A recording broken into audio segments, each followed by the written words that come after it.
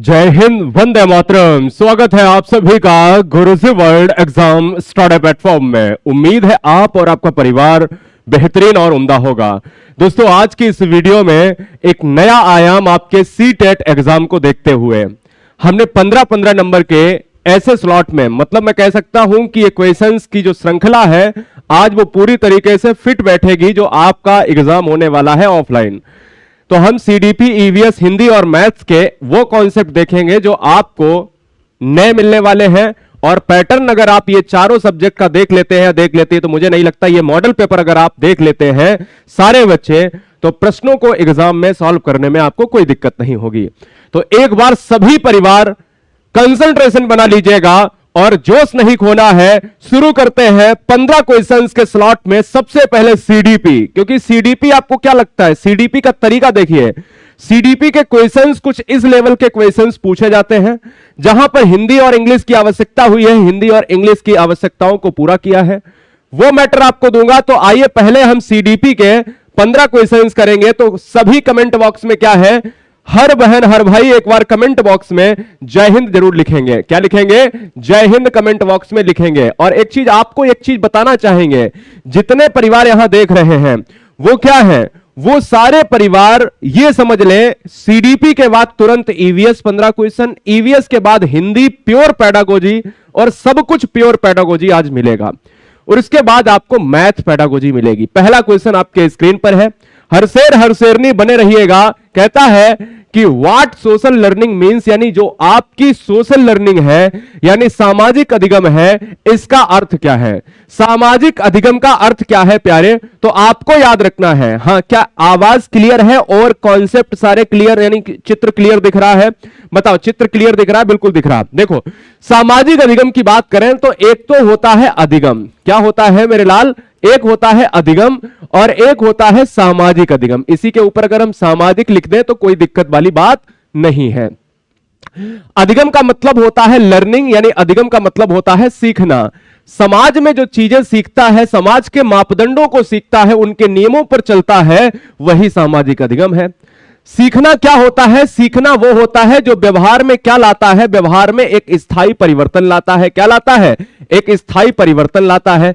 लेकिन ऐसा कोई क्वेश्चन का ऑप्शन नहीं है कि क्या प्रत्यक्ष अनुभव से प्राप्त किया ज्ञान हो सकता है, वही सामाजिक अधिगम है। क्या खुद से करके किया गया ज्ञान होगा, वही सामाजिक अधिगम है। दूसरों के व्यवहार को देखकर सीखना, या इनमें से कोई नहीं। अच्छा, सामाजिक अधिगम में समाज आएगा और समाज में क्या केवल आप आएंगे, ऐसा कुछ भी संभव नहीं है। सामाजिक अधिगम में दूसरों की बात अगर करेंगे तो सबसे सटीक आंसर आएगा। क्यों? क्योंकि लोग क्या कर रहे हैं, समाज के लिए क्या सही है, और दूसरों के व्यवहार को जब आप देखकर सीखते हो तभी आप इसको एक नाम देते हो, सामाजिक अधिगम। और अधिगम क्या है? सीखना। और कैसा सीखना? एक स्थायी परिवर्तन। तभी स्किनर कहते हैं कि सीखना एक उत्तरोत्तर प्रक्रिया है। तभी गिलफोर्ड कहते हैं सीखने के द्वारा व्यवहार में परिवर्तन ही सीखना है। चलो अगले प्रश्न की तरफ बढ़ेंगे। प्रश्न आता है सेकंड नंबर।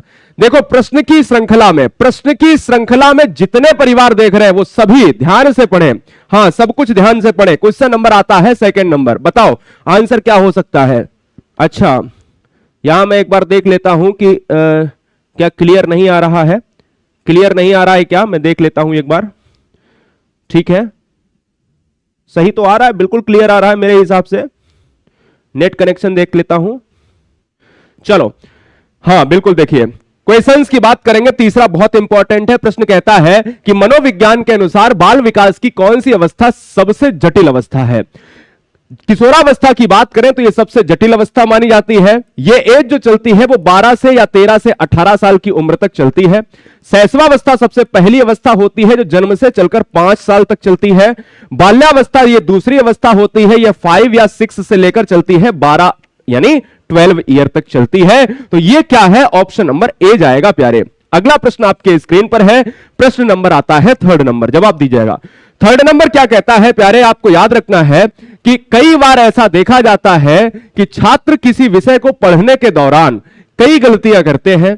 ऐसे में शिक्षक को क्या चाहिए? ऐसे में एक शिक्षक को क्या चाहिए? अगर कोई भी स्टूडेंट बहुत सारी गलतियां कर रहा है तो क्या चारों ऑप्शन में बेहतर होगा कि क्या गलती करने वाले छात्रों के माता पिता से बात करनी चाहिए? क्या दोस्तों, अगर आप गलती करेंगे या कोई भी आपका स्टूडेंट गलती करेगा तो आप उसके माता पिता तक चले जाएंगे? ये क्या हो सकता है? ये पॉसिबल? आप किस बात के टीचर हैं? मतलब यह विकल्प हमारा गलत हो गया।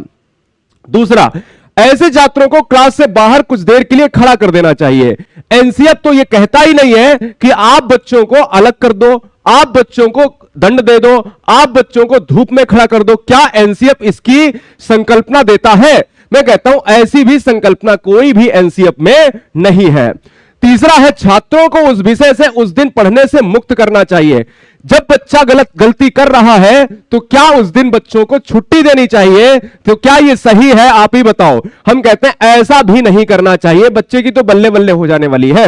आंसर बचता है ऑप्शन नंबर डी। क्यों? क्योंकि अगर बच्चा गलती कर रहा है तो शिक्षक को उपयुक्त निर्देशन देना चाहिए, छात्रों के बैठने की व्यवस्था में थोड़ा सा परिवर्तन कर देना चाहिए और समय सारणी में आवश्यकता अनुसार परिवर्तन किया जा सकता है और बच्चे को देखकर उसके अंतर्गत बाल केंद्रित शिक्षा को ऐड करना चाहिए कि बच्चा चाहता क्या है। आंसर क्या होगा प्यारे? डी हो जाएगा। अगला प्रश्न आपके स्क्रीन पर है कि विच of the following statement is true? कौन सा ऐसा कथन है जो सत्य है?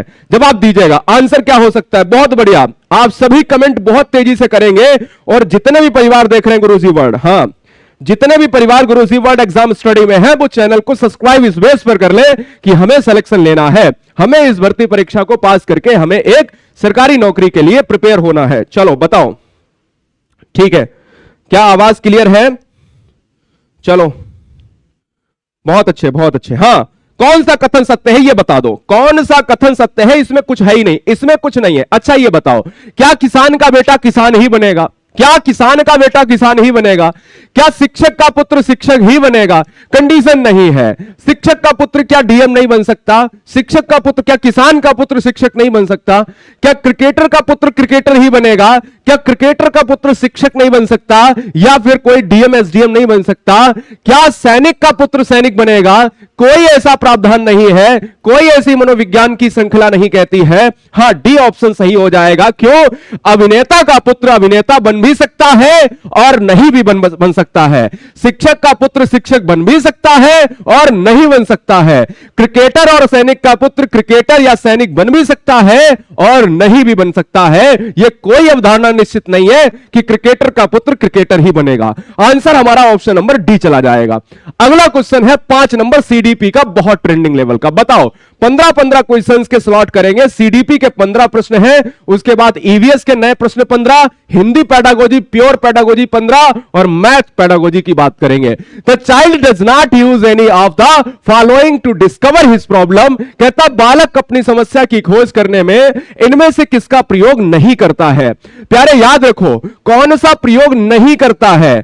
अब देखो, निरीक्षण, अगर कोई समस्या की संकल्पना को खोजना चाहता है, अन्वेषण करना चाहता है, निरीक्षण करना चाहता है, तो प्यारे याद रखो कि अगर समस्या की खोज में समस्या का निरीक्षण करता है कि अरे ये हुआ तो हुआ कैसे, तो भैया बिल्कुल निरीक्षण करेगा। क्या प्रदर्शन करेगा? अब उस चीज की तह तक जाएगा, उस चीज को हर पॉइंट बाय पॉइंट विश्लेषण करेगा और देखेगा कि क्या यह सही है, क्या ए वस्तु में और बी वस्तु में कि अगर यह सही है तो यह सही है, तुलना भी कर सकता है।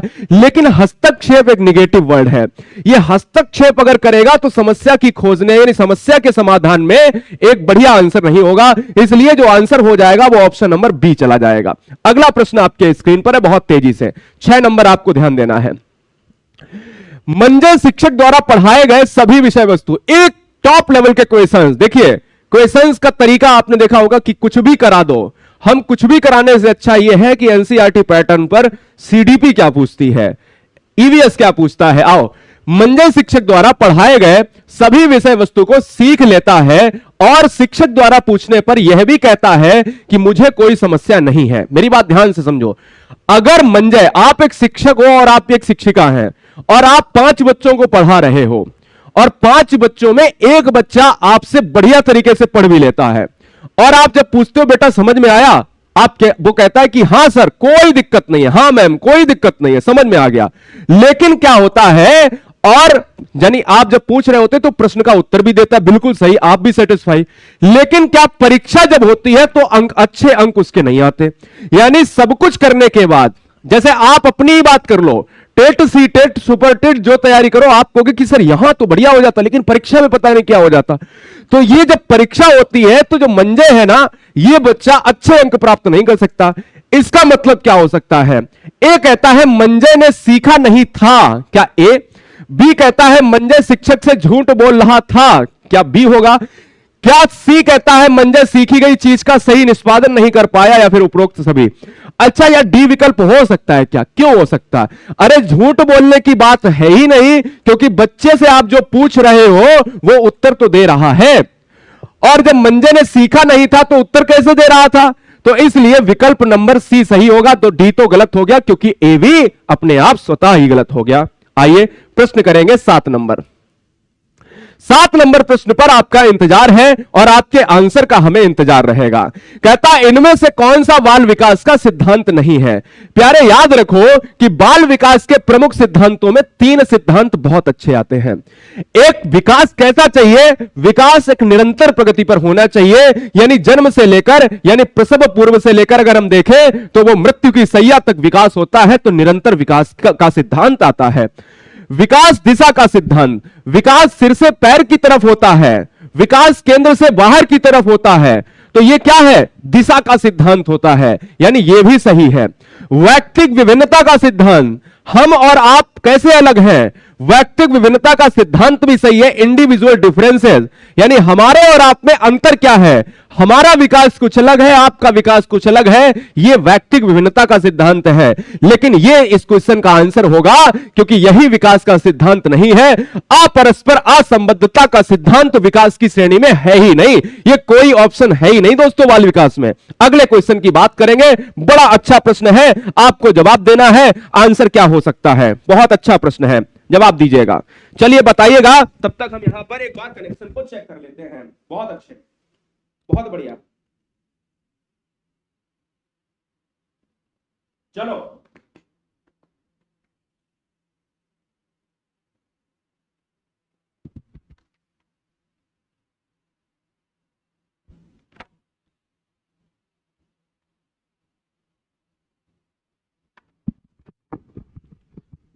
ठीक है, हो गया। चलो देखिए, बड़ा आसान प्रश्न है कि वर्तमान में शिक्षा व्यवस्था की विसंगतियां कौन सी नहीं है।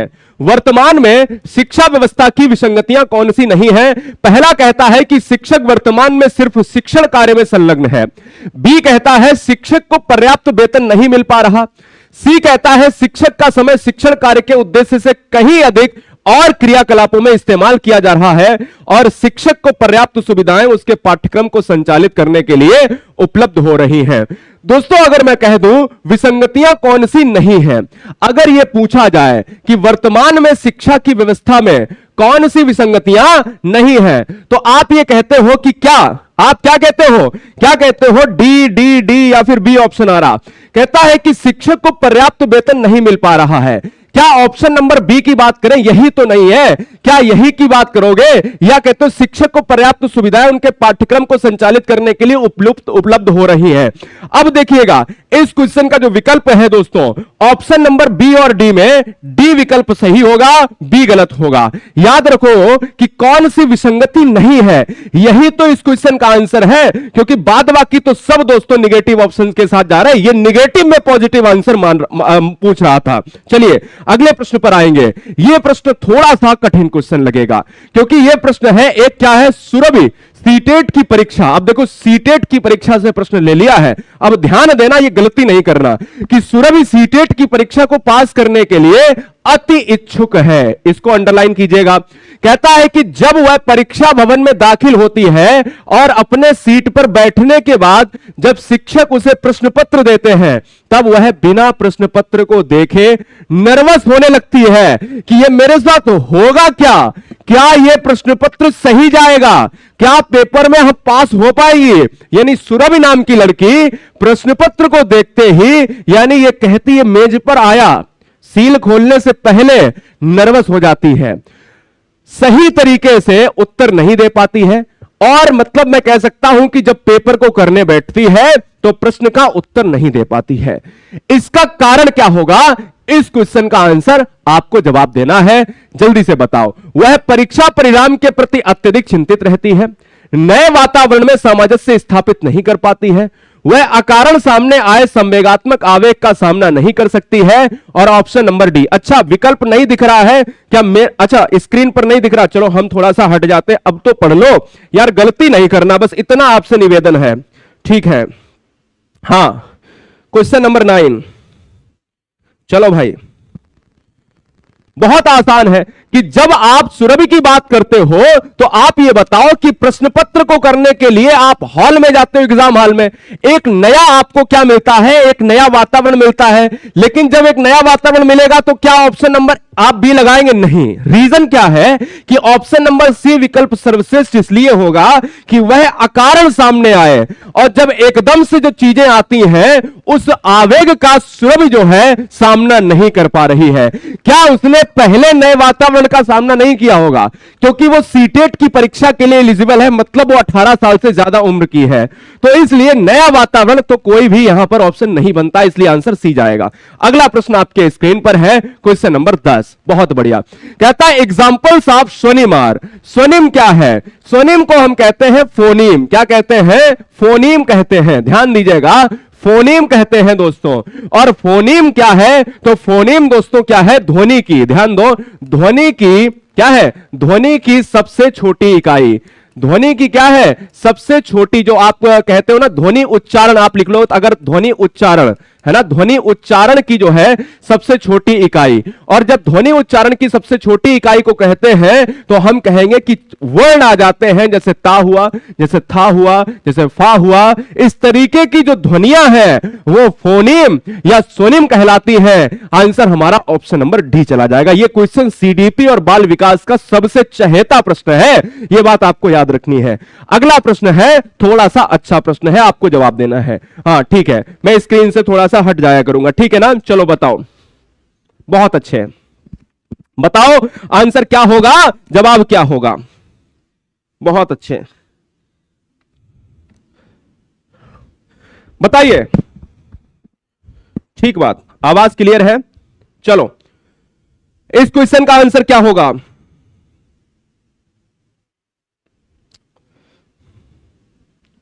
देखो प्रश्न क्या कहता है प्यारे, कहता है कि इनमें से सीखने का लक्षण नहीं माना जाता है। विच of the following is not considered A symptoms of learning. कहता है व्यवहार में आए परिवर्तन जो अभ्यास के कारण है, व्यवहार में आए क्षणिक परिवर्तन जो अनुभव के कारण है, व्यवहार में आए परिवर्तन जो अनुभव के कारण है, क्या है ना। क्या मुझे लगता है कि यहां पर एक ऑप्शन, बी ऑप्शन और सी ऑप्शन एक ही है? आप ध्यान से देखो, एक नहीं है। अन्य अधिगम भी सीखने के एक हिस्सा है। हमसे निगेटिव ऑप्शन के लिए एक निगेटिव ऑप्शन मांगा गया है।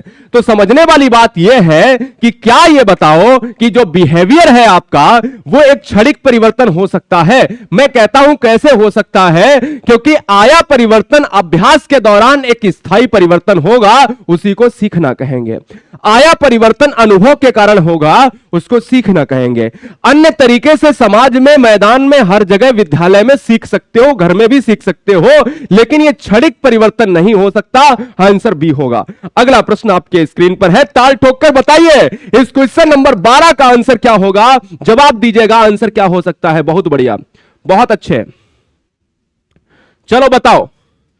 हां, 12 नंबर का आंसर क्या होगा? विच of the following is not involve in any process. कहता है दोस्तों कि बालक के भाषा के विकास में मुख्यतः योगदान कौन सी संस्था देती है। मतलब ये क्वेश्चन थोड़ा सा इंग्लिश में गलत लिखा है, यानी कौन सा ऑप्शन जो है थोड़ा सा इंग्लिश में गलत लिखा है। मैं आपको बताता हूं, मतलब आपका जो डेवलपमेंट होता है, क्या है डेवलपमेंट जो होता है वो दोस्तों, क्या है डेवलपमेंट जो होता है वो कहता है कि कौन सी प्रमुख संस्था है, यानी विकास के मुख्य योगदान में आपकी रीढ़ कौन है। तो हमने कहा क्या परिवार आपकी रीढ़ है?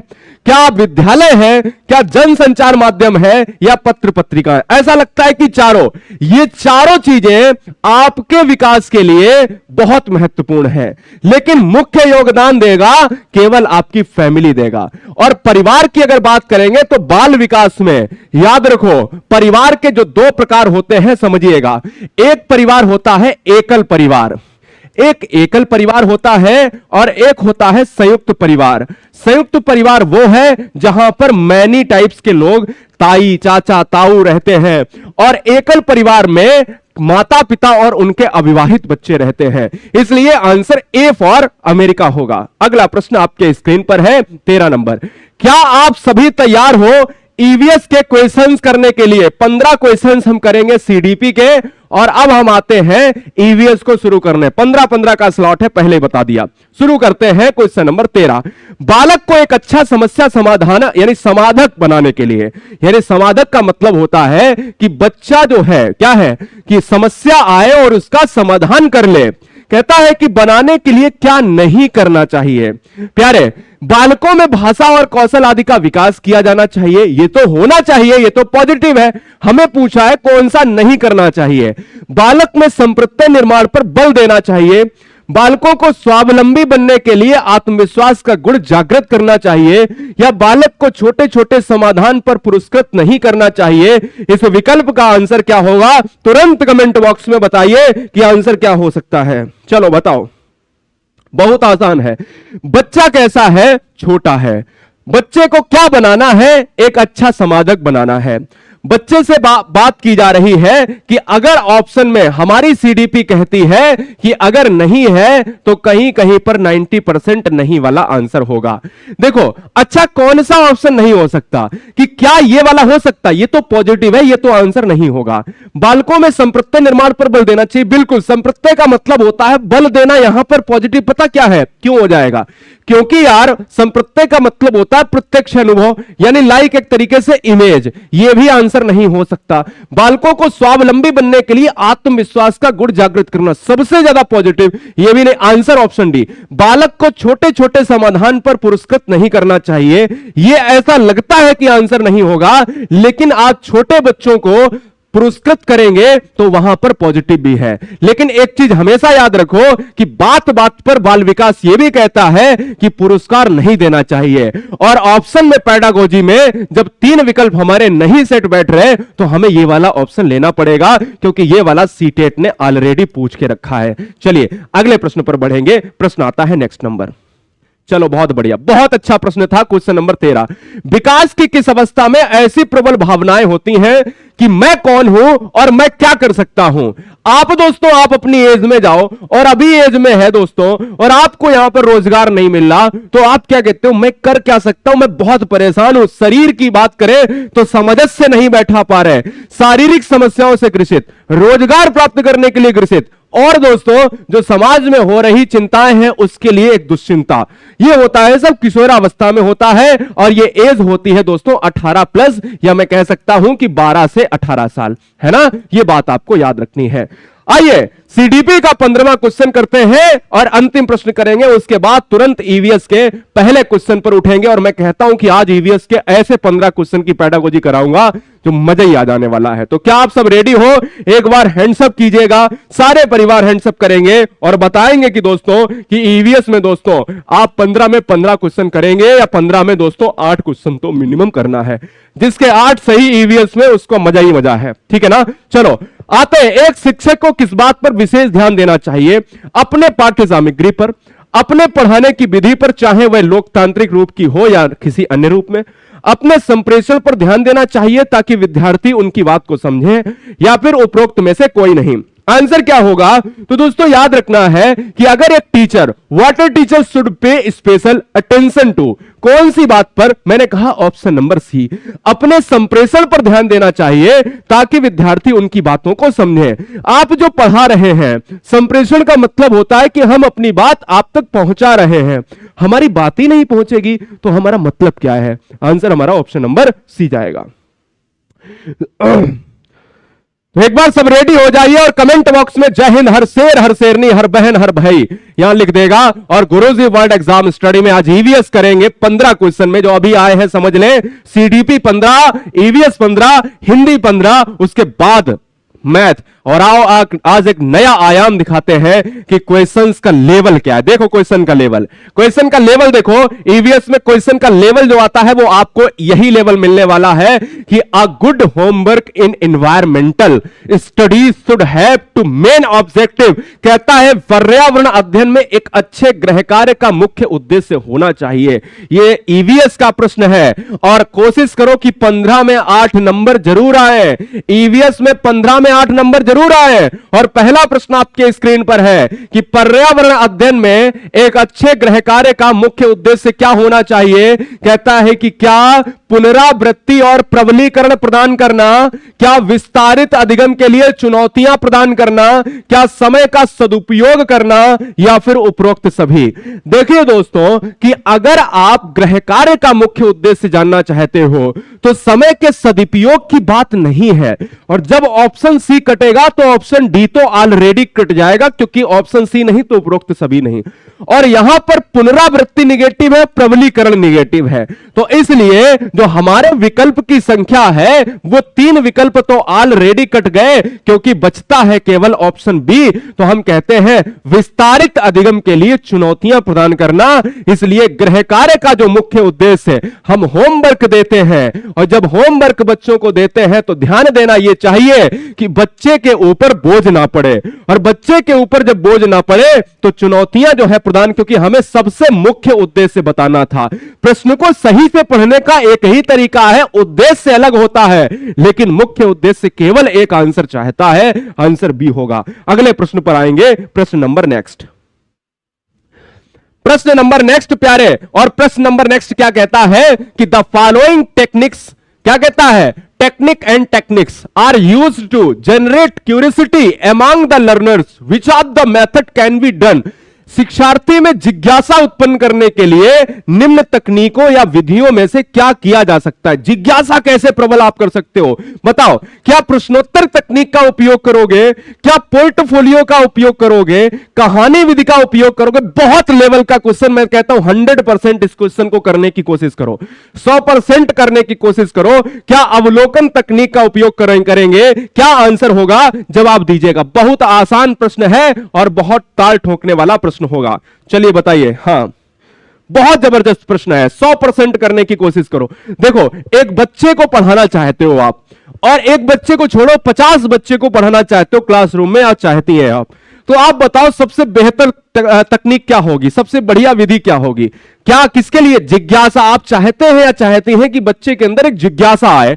अरे जिज्ञासा ऑप्शन नंबर ए से ही आएगी। Option number B C D क्या है मैं आपको बताता हूं। पोर्टफोलियो का उपयोग होता है कि बच्चे की जो प्रगति रिपोर्ट है वो पोर्टफोलियो होती है, और प्रगति रिपोर्ट के अनुसार बच्चे को यहां पर आप जिज्ञासु नहीं बना सकते, ये बात गलत है। इससे क्या होगा, ये पोर्टफोलियो आपकी क्या करती है, आपका एक रिपोर्ट कार्ड है, आपका एक प्रगति कार्ड है।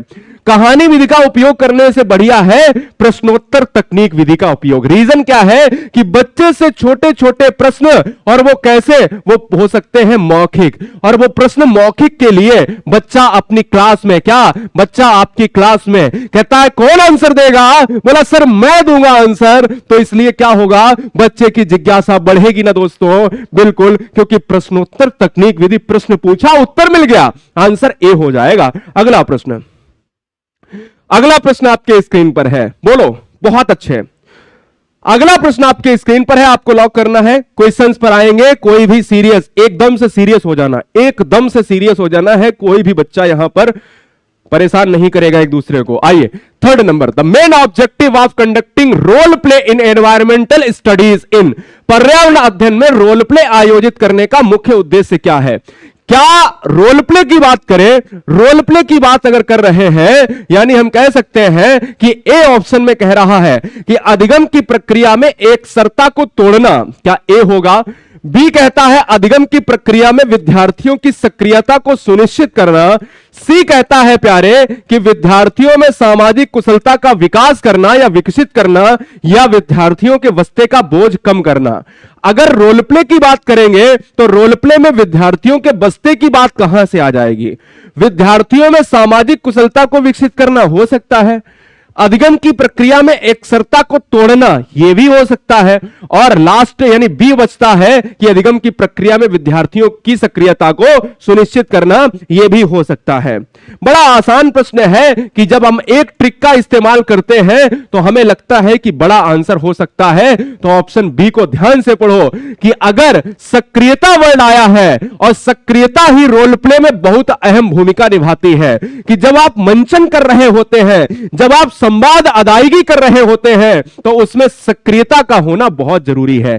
इसलिए राइट आंसर बी जाएगा। अगला प्रश्न है प्यारे, भारत में किस क्षेत्र में स्थानांतरित कृषि की जाती है? आप बताइए इस क्वेश्चन का आंसर होगा क्या? थोड़ा सा कॉन्सेप्ट की तरफ भी बढ़ेंगे, टेंशन ना लीजिएगा। चलो बताओ, चलो बताओ, हाँ चलो बताओ आंसर क्या होगा।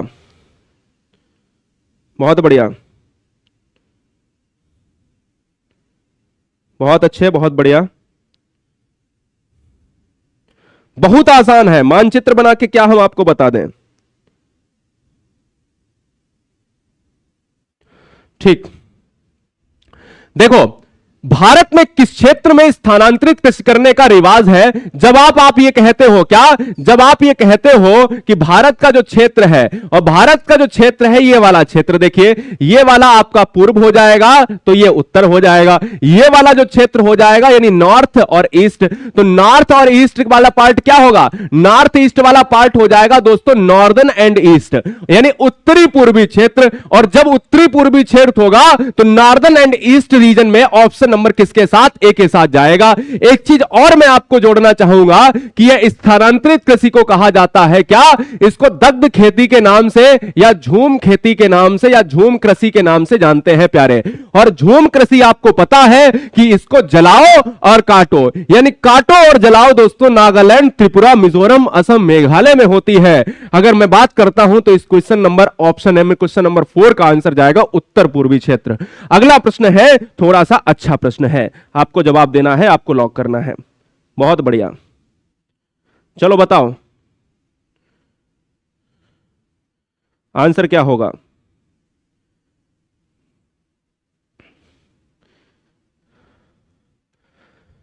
ठीक है,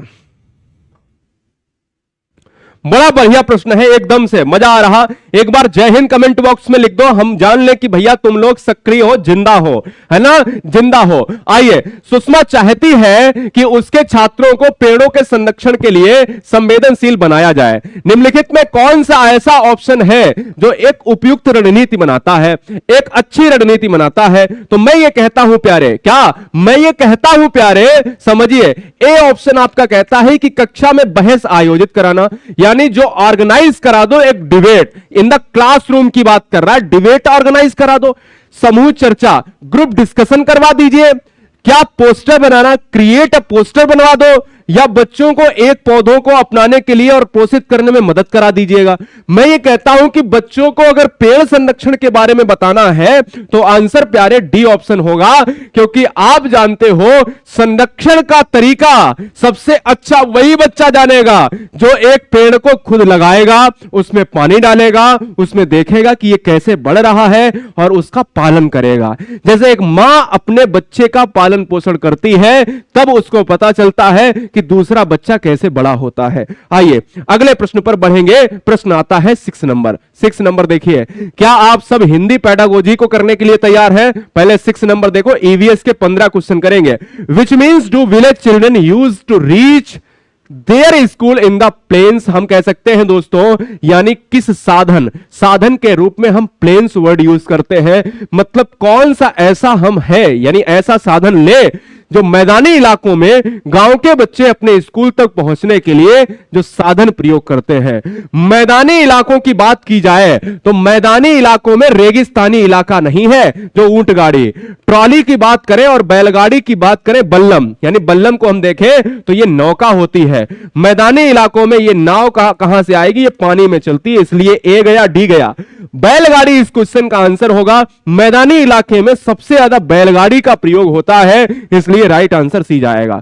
अब ये एनसीईआरटी किताब है। अब देखिए कोई भी मैदानी इलाके में जाइए बैलगाड़ी से जाएगा, मैं नहीं जाऊंगा, मैं इंग्लिश मीडियम में पढ़ूंगा तो बस से जाऊंगा, है ना, बस से जाऊंगा या कार से जाऊंगा। अगले प्रश्न पर आएंगे। अगला प्रश्न क्या कहता है, ध्यान दो। कहता है कि पर्यावरण प्रतिभाशाली छात्र की क्षमताओं को बढ़ाने के लिए निम्नलिखित में से कौन सा अधिक लाभदायक है। कौन सा अधिक लाभदायक है, ध्यान दो। पर्यावरण में प्रतिभाशाली छात्र की क्षमताओं को बढ़ाने के लिए कौन सा ऐसा ऑप्शन जो है वो सबसे सटीक है। ए कहता है, क्या कहता है प्यारे, ए कहता है कमजोर छात्रों की मदद के लिए उसे प्रेरित करना, उसे जांच करने के लिए, यानी जो प्रतिभाशाली है तो बच्चे की जांच के लिए, नई परियोजनाओं में उसकी मदद करने के लिए, उसे स्व अध्ययन के लिए निर्देश देना। अब देखो ऑलरेडी बच्चा है तो पक्की बात है कि 120 से ऊपर ही उसका क्या होगा, आईक्यू होगा। राइट, बिल्कुल राइट है ना। और उसको बढ़ाने के लिए ऑलरेडी बच्चा कैसा है, प्रतिभाशाली है, पहली बात। और अगर अधिक लाभदायक यानी अधिक लाभ उसको पहुंचाना है तो क्या करना पड़ेगा, ऑप्शन सी होगा कि नई परियोजनाएं, जो बच्चा आगे सीखना चाहता है, आगे और जाना चाहता है, तो उसकी मदद करनी है हमें।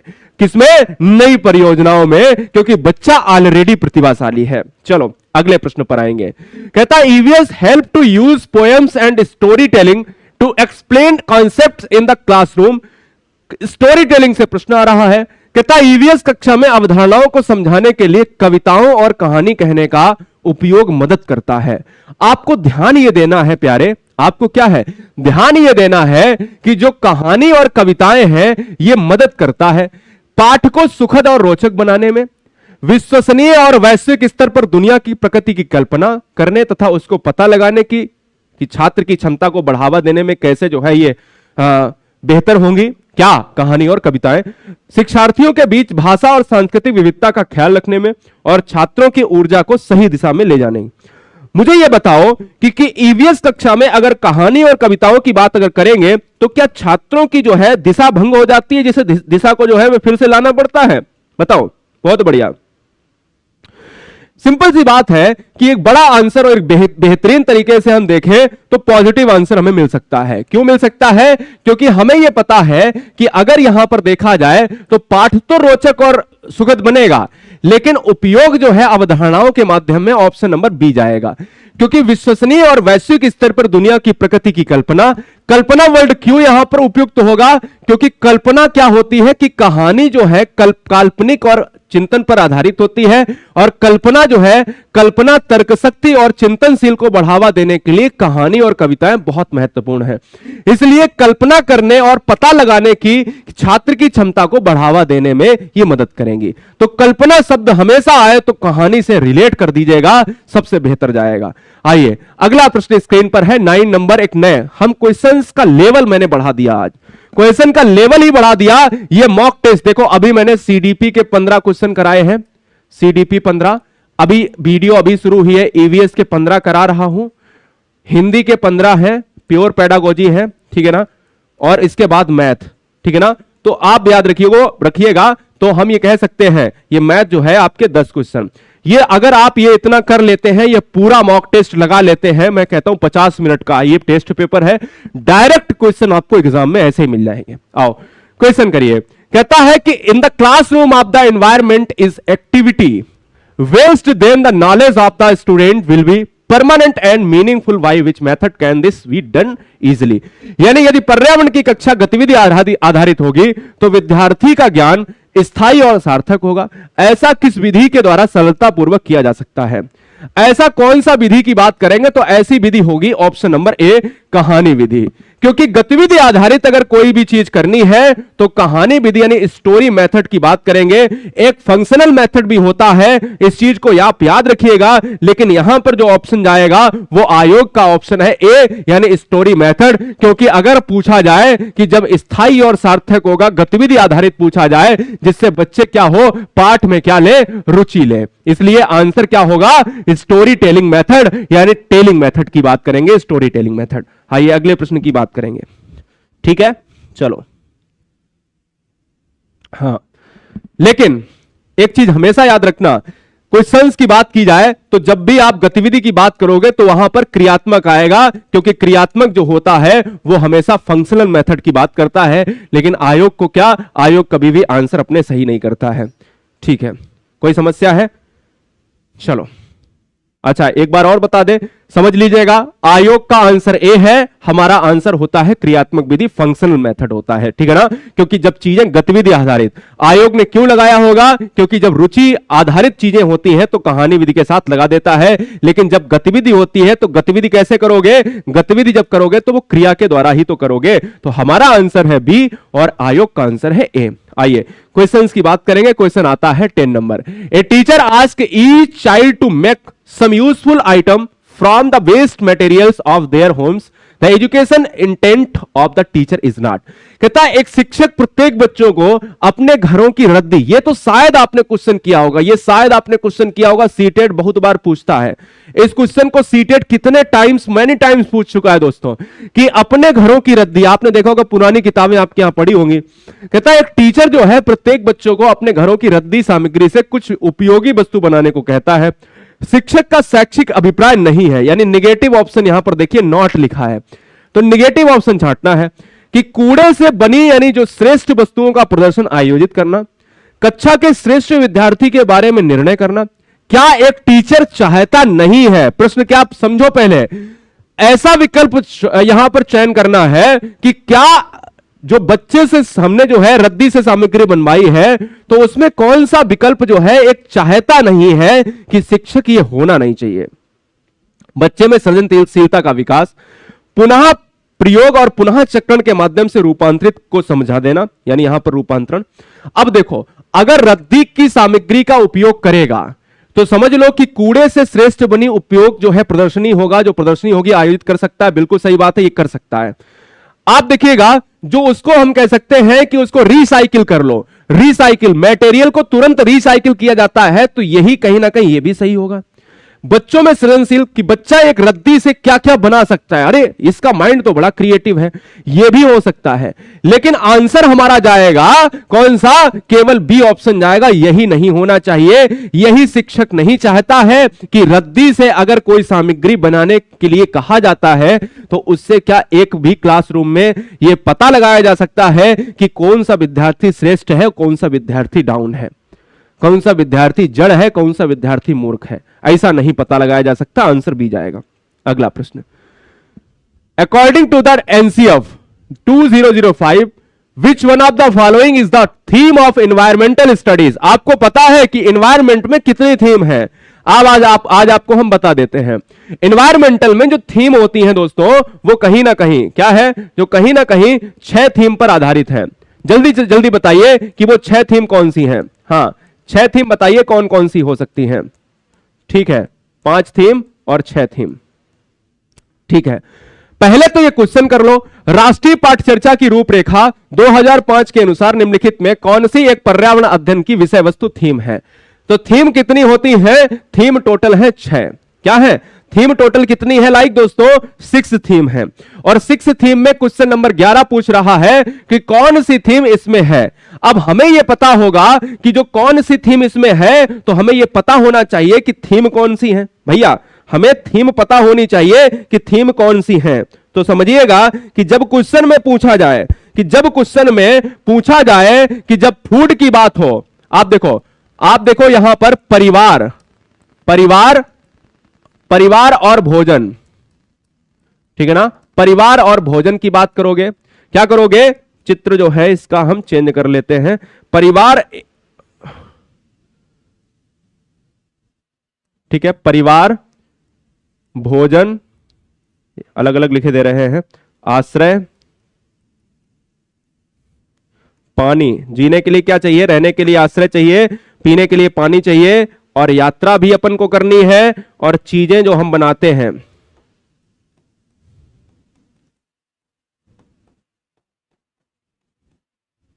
चीजें जो हम बनाते हैं। तो ये 6 थीम है। इसमें एक और जोड़ लीजिएगा, परिवार और मित्र कर लो तो और अच्छा रहेगा। परिवार और मित्र कर लोगे तो और बढ़िया रहेगा, क्योंकि पता है कि ये हमारी 6 थीमें हैं। परिवार और मित्र, भोजन, आश्रय, पानी, यात्रा और चीजें जो हम बनाते हैं, तो इनमें से कौन सी थीम है? केवल भोजन, क्योंकि रहने के लिए हमें आश्रय चाहिए, खाने के लिए भोजन चाहिए, पीने के लिए पानी चाहिए, और जिंदा रहने के लिए 3 चीजें हो गई। तो हमें परिवार और हमारा यानी परिवार भी होने चाहिए, और समाज में मित्र भी होने चाहिए, घूमने के लिए यात्रा, और लास्ट वन है चीजें जो हम बनाते हैं। तो ये आप एक बार स्क्रीनशॉट लीजिएगा।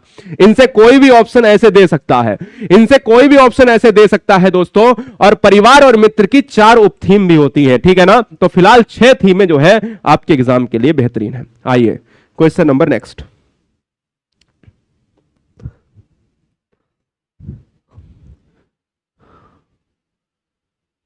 ठीक है, बोलो कॉन्सेप्ट क्लियर हुआ। भाषा के संदर्भ में एनसीएफ 2005 यानी एनसीएफ 2020 से लेते हैं। एनसीएफ 2020 किस पर बल देती है? तो मल्टी लैंग्वेज की बात करती है दोस्तों, इसलिए आंसर हमारा ऑप्शन नंबर ए चला जाएगा। 13 नंबर आपके स्क्रीन पर है, लाल चींटी की चटनी। आइए एक कॉन्सेप्ट भी कर लेते हैं, कई बार हमने बताया तो क्यों इसको पीछे छोड़ना। लाल चींटी की चटनी की बात करें तो एक दोस्तों आपको कई बार बताया कि पडवानी लोक नृत्य है। क्या ना, पडवानी क्या है? एक लोक नृत्य है। और जहां का ये पडवानी लोक नृत्य है वहीं का क्या हो जाएगा? वहीं का दोस्तों ये आंसर हो जाएगा छत्तीसगढ़। तो छत्तीसगढ़ जो है इस क्वेश्चन का आंसर होगा, यानी ऑप्शन नंबर हमारा किसके साथ? बी के साथ जाएगा। नदी बांधों से उत्पन्न, 14 नंबर पिछली बार पूछा गया था, ध्यान दीजिएगा। 14 नंबर से प्रश्न क्या कहता है? विच of the following statement is not true for hydro power generated from the river dams. और डैम्स की बात अगर कर रहे हैं, जो बांध होते हैं, डैम होते हैं, कहते हैं कि नदी बांधों से उत्पन्न जल विद्युत के लिए निम्नलिखित में कौन सा कथन सत्य नहीं है? आप सभी से मेरा निवेदन है कि वीडियो लाइक कर लेना। आप सभी से मेरा निवेदन है कि शिक्षक और शिक्षिका बनना है तो चैनल को ठोक के सब्सक्राइब मोहर लगा देना, कि हम आपका एक, बिल्कुल हम कह सकते हैं आप हमारा एक खून है, आप हमारा एक ब्लड है। आओ कहते हैं, देखिए कौन सा एक कथन सत्य नहीं है? बांध टिकाऊ विकास को प्रोत्साहित करते हैं, पहला। यह पानी या हवा को प्रदूषित नहीं करता है। जल विद्युत सुविधाओं से बड़े पर्यावरणीय प्रभाव हो सकते हैं। बांध स्वदेशी लोगों को अपनी नदी की जीवन रेखा से अलग करते हैं। बिल्कुल सही बात। अब समझो कौन सा सही नहीं है। देखो, एक पानी आ रहा है, नदी से बहकर पानी कोई आ रहा है अपनी तेज रफ्तार में, और आपने एक बैरियर लगा दिया, आपने एक बांध बना दिया, और इस बांध को बना के इस पानी को रोक लिया, और अपनी मन इच्छा के अनुसार इस पानी को इधर मूव कर दिया, और इस पानी को क्या है? इस पानी को कुछ पानी इधर मूव कर दिया। मतलब आप प्रकृति के साथ खिलवाड़ कर रहे हैं। डैम जो होते हैं ये स्वदेशी लोगों को अपनी नदी की जीवन रेखाओं से अलग करते हैं। देखो रेखाओं से अलग करती है, ये तो विकल्प सही है।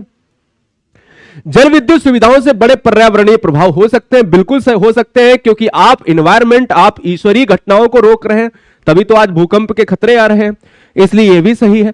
यह पानी या हवा को प्रदूषित नहीं करता है, यह तो मान लो ठीक है, लेकिन आंसर क्या होगा? डी विकल्प सही होगा। क्यों? क्योंकि बांध टिकाऊ विकास को प्रोत्साहित करते हैं, विकास को प्रोत्साहित नहीं करते। यह टिकाऊ विकास नहीं है। कोई भी आपने देखा होगा कि बहुत सारे डैम बहते हुए चले जाते हैं, इसलिए आंसर ए ही माना जाता है। आंसर ए लॉक होगा। अगला प्रश्न, क्योंकि हमें क्वेश्चन में निगेटिव पूछा था, नहीं है, ध्यान दो। अगला प्रश्न, और आज का अंतिम प्रश्न है ईवीएस का, और हिंदी प्योर पेडागोजी आपको आज दिखाते हैं कि हिंदी में कितना है दम। गुरुजी वर्ल्ड एग्जाम स्टडी में 15 नंबर आपको बताना है, जवाब दीजिएगा।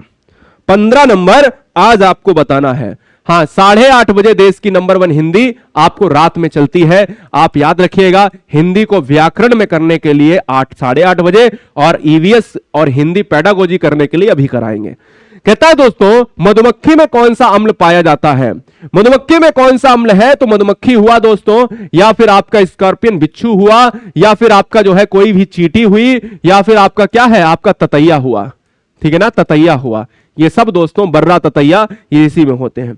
तो एक बार फिर से कमेंट बॉक्स में जय हिंद लिखो। और आज आपको दिखाते हैं 15 क्वेश्चन में। अब तो यार कम से कम स्कोर ज्यादा कर दो। ईवीएस में क्या स्कोर रहा एक बार कमेंट करके बताओ। सीडीपी में क्या रहा है जल्दी से बताओ, जिसने जिसने किया है। लेकिन हिंदी में 15 में सबसे ज्यादा स्कोर कौन करेगा, क्योंकि आपको लगता है, मुझे लगता है कि आपकी हिंदी अच्छी है। चलो आज हिंदी करेंगे रियल पेडागोजी। सीटेट में जैसी 15 नंबर की हिंदी आती है वैसी हिंदी करेंगे। रियल वाली हिंदी करने वाले हैं। और एक बार सभी परिवार इस क्वेश्चन के वीडियो में जय हिंद लिखें, यानी इस वीडियो के कमेंट बॉक्स में। और सीटेट की रियल हिंदी में अगर आपको हिंदी पर घमंड है तो 15 में करिएगा, 7 से 8 प्रश्न करिएगा। और सबसे ज्यादा जिसका स्कोर होगा यहां पर वो देखने योग्य होगा कि कमेंट बॉक्स में किसका आ रहा। हाँ, कोई कह रहा सर 19 आ रहा, 11/16, 15/13, 12/16, क्या इतना ही स्कोर आ रहा केवल? बहुत बढ़िया। 15/15, 11/15, बहुत अच्छा स्कोर है। मतलब अगर 8 से नीचे है तो गलत है, 8 से नीचे है तो गलत है। 15/14 होता है, 15/14 नहीं होता है ना। मतलब 15/14 का मतलब समझते हो ना, 15/14 मतलब तुमने क्वेश्चन 14 में 15 सही कर दिए। अगला क्वेश्चन आपके, यानी पहला क्वेश्चन आपके स्क्रीन पर आता है। और इस 15 क्वेश्चन में सीटेट के 7 प्रश्न मिनिमम हिंदी के सही करने हैं। चलो, पाठ्य चर्चा सहगामी क्रियाएं जैसे गीत, संवाद, अंत्याक्षरी, भाषण, वाद विवाद आदि जो है ये क्या होते हैं, इस प्रश्न नंबर फर्स्ट का आंसर दीजिएगा। आंसर क्या होगा? बहुत सुंदर प्रश्न है, आपको जवाब देना है।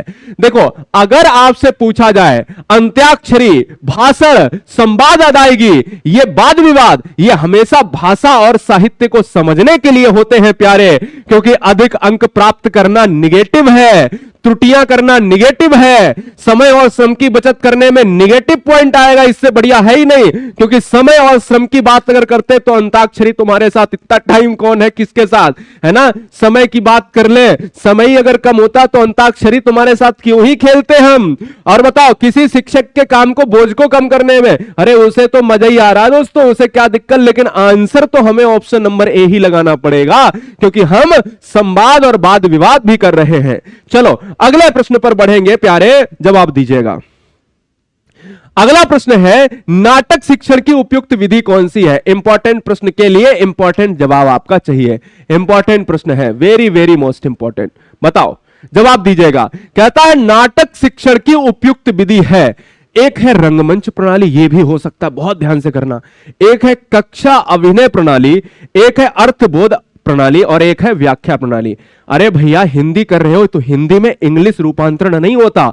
हिंदी पेडागोजी करोगे तो पेपर में हिंदी की इंग्लिश नहीं मिलेगी, है ना। तो कह रहा कोई क्वेश्चन को सर इंग्लिश में भी दिखाओ। अरे मेरे लाल, हिंदी को कभी भी कोई कराएगा क्या इंग्लिश में, दोनों भाषाओं में? नहीं। अगला क्वेश्चन का जो आंसर होगा वो दोस्तों याद रखिए कि नाटक करोगे तो नाटक के लिए आप क्लासरूम में कक्षा अभिनय, कक्षा प्लस अभिनय यान दो। याद रखो, कक्षा अभिनय का मतलब है कक्षा में अभिनय, और कक्षा अभिनय का मतलब होता है यही प्रणाली नाटक के लिए तैयार करती है। अगला प्रश्न है, अगला प्रश्न प्यारे है क्वेश्चन नंबर 3। बड़ा वीआईपी क्वेश्चन है, मतलब आज तो समझौता है ही नहीं क्वेश्चन से। चलो बताओ, हां चलो बताओ इस क्वेश्चन का आंसर 3rd नंबर का क्या होगा। कहता है कि भैया देखो, कहता आपसे क्या है, आपसे यह कहता है कि नाटक गद्य और पद्य, ये गद्य पद्य क्या है? गद्य आपकी है कहानी और पद्य आपकी है कविता। और गद्य और पद्य हमारी डॉट डॉट यहां पर कुछ भरा जाएगा। संवेदना को धार प्रदान करने के साथ साथ हमारे जीवन के यहां पर कुछ भरा जाएगा। पहेलू को समृद्ध करते हैं, सही विकल्प क्या होगा आपको जवाब देना है। बताओ,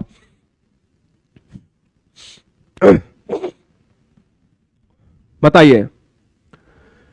नाटक गद्य और पद्य हमारी क्या है? सांस्कृतिक संवेदना को, सांस्कृतिक कोई संवेदना हो नहीं सकती। पहली बात तो आप बताओ, सांस्कृतिक संवेदना हो सकती है क्या? क्या सांस्कृतिक संवेदना हो सकती है? अभी भी ए और बी आ रहे हैं। चलो मान लेते हैं सांस्कृतिक संवेदना को धार प्रदान करने के साथ साथ हमारे जीवन के साहित्यिक पहलू को समृद्ध करते हैं। ऐसा नहीं है। गद्य पद्य हमारी क्या होना चाहिए, भाषिक संवेदना को, ध्यान दो यह प्रश्न आता है एग्जाम में, तो भाषिक संवेदना को धार प्रदान करते हैं और उसके साथ साथ हमारे जीवन के ज्ञानात्मक पहलू। भैया हमें अगर गद्य पद्य होगा तो उसका एक रीजन होगा टॉप लेवल का कि हमें इससे कुछ सीखने को मिलेगा। तो ज्ञानात्मक, अब साहित्यिक पहलू को समृद्ध करने की आवश्यकता ही क्या है, जब हम नाटक पढ़ ही रहे, पद्य पढ़ रहे, तो हमें ज्ञानात्मक जो है पहलू को समृद्ध करना है। तो इसलिए इस क्वेश्चन का आंसर ऑप्शन नंबर डी विकल्प सही होगा। आप ध्यान दीजिए, अगले विकल्प की बात करेंगे। क्वेश्चन नंबर आता है 4 नंबर, जवाब दीजिएगा आंसर क्या होगा। बहुत बढ़िया, आंसर क्या होगा, लॉक किया जाए। क्वेश्चन नंबर 4, क्वेश्चन नंबर 4 देखिए, 4 नंबर कहता है उपचारात्मक शिक्षण महत्वपूर्ण भूमिका निभाता है। उपचारात्मक शिक्षण की बात करेंगे तो कहानी याद करने में, कविता याद करने में, नाटक लेखन में, या उच्चारण संबंधी दोषों के निवारण में। अच्छा, उपचारात्मक का मतलब ही है कि अगर शिक्षण की ऐसी विधि जिसमें कोई समस्या ग्रसित है तो बच्चों का तुरंत उपचार किया जाना चाहिए। अगर पूछा बच्चों का कब किया जाना चाहिए उपचार, तो तुरंत किया जाना चाहिए। इसलिए उपचारात्मक शिक्षण में महत्वपूर्ण भूमिका है उच्चारण संबंधी दोषों का निवारण करना। कि अगर कोई बच्चा डिसलेक्सिया से पीड़ित है, डिस्फेजिया से पीड़ित है, अगर कोई बच्चा जो है लिखने में डिस्ग्राफिया से पीड़ित है, तो उसके दोषों को, उसकी डिसेबिलिटी को निवारित कीजिएगा। अगला प्रश्न आपके स्क्रीन पर यह रहा, pure pedagogy 5 number. Pure pedagogy 5 number है, क्या कहती है, ध्यान दो। निम्नलिखित में कौन सा भाषा की कक्षा में कहानी सुनने का या कहानी सुनाने का मूल उद्देश्य है।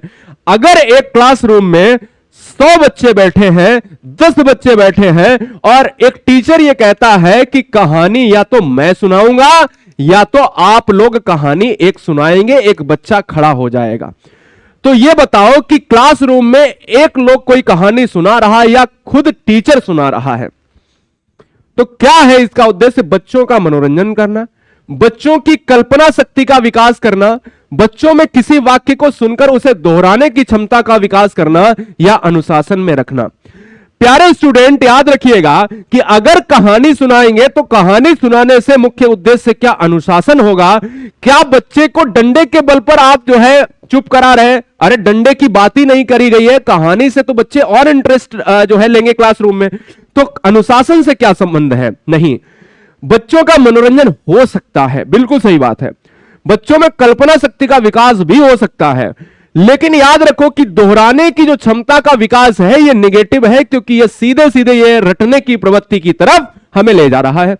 आंसर ए से बढ़िया बी होगा, क्योंकि कहानियां जो होती हैं ये बच्चों में तर्क शक्ति और कल्पना शक्ति का विकास करती हैं। इसलिए विकल्प number B for brilliant answer सही होगा। आगे बढ़ेंगे, किसका किसका आंसर सही था 5 नंबर का, एक बार हाथ उठा के बता दें, बताओ। क्वेश्चन नंबर 6, प्राथमिक स्तर की पाठ्य पुस्तक में कार्टून, भाषण, विज्ञापन आदि बच्चों के भाषा क्षमता विकास में, बड़ा अच्छा प्रश्न है यह, सीटेट का वो प्रश्न है जो प्यारे जो एग्जाम में ट्रेंड होगा, वो प्रश्न है 6 नंबर। ध्यान दो कि प्राथमिक स्तर की पाठ्य पुस्तक में कार्टून, भाषण, विज्ञापन आदि बच्चों के क्षमता विकास में हमेशा याद रखिए सहायक होते हैं। हमें ऐसा पॉइंट, जब प्रश्न पॉजिटिव है तो हमें याद रखना है बाधक निगेटिव है, निरर्थक निगेटिव है, उपयोगी होता चलो एक बार चलो ठीक है, अनुपयोगी दिया है, हमें प्रश्न के ऑप्शन के हिसाब से प्रश्न को देखना है कि प्रश्न या तो पॉजिटिव होगा या तो प्रश्न की शैली निगेटिव होगी। प्यारे अगले प्रश्न पर बढ़ेंगे, प्रश्न आता है 7 नंबर, ध्यान दीजिएगा 7 नंबर का आंसर क्या होगा। आप सभी इस प्यार के लिए, आपके इस प्यार के लिए मैं नतमस्तक हूं। क्वेश्चन नंबर 7 आपका इंतजार कर रहा है और आपको याद रखना है कहता प्रश्न क्या है, पढ़िएगा।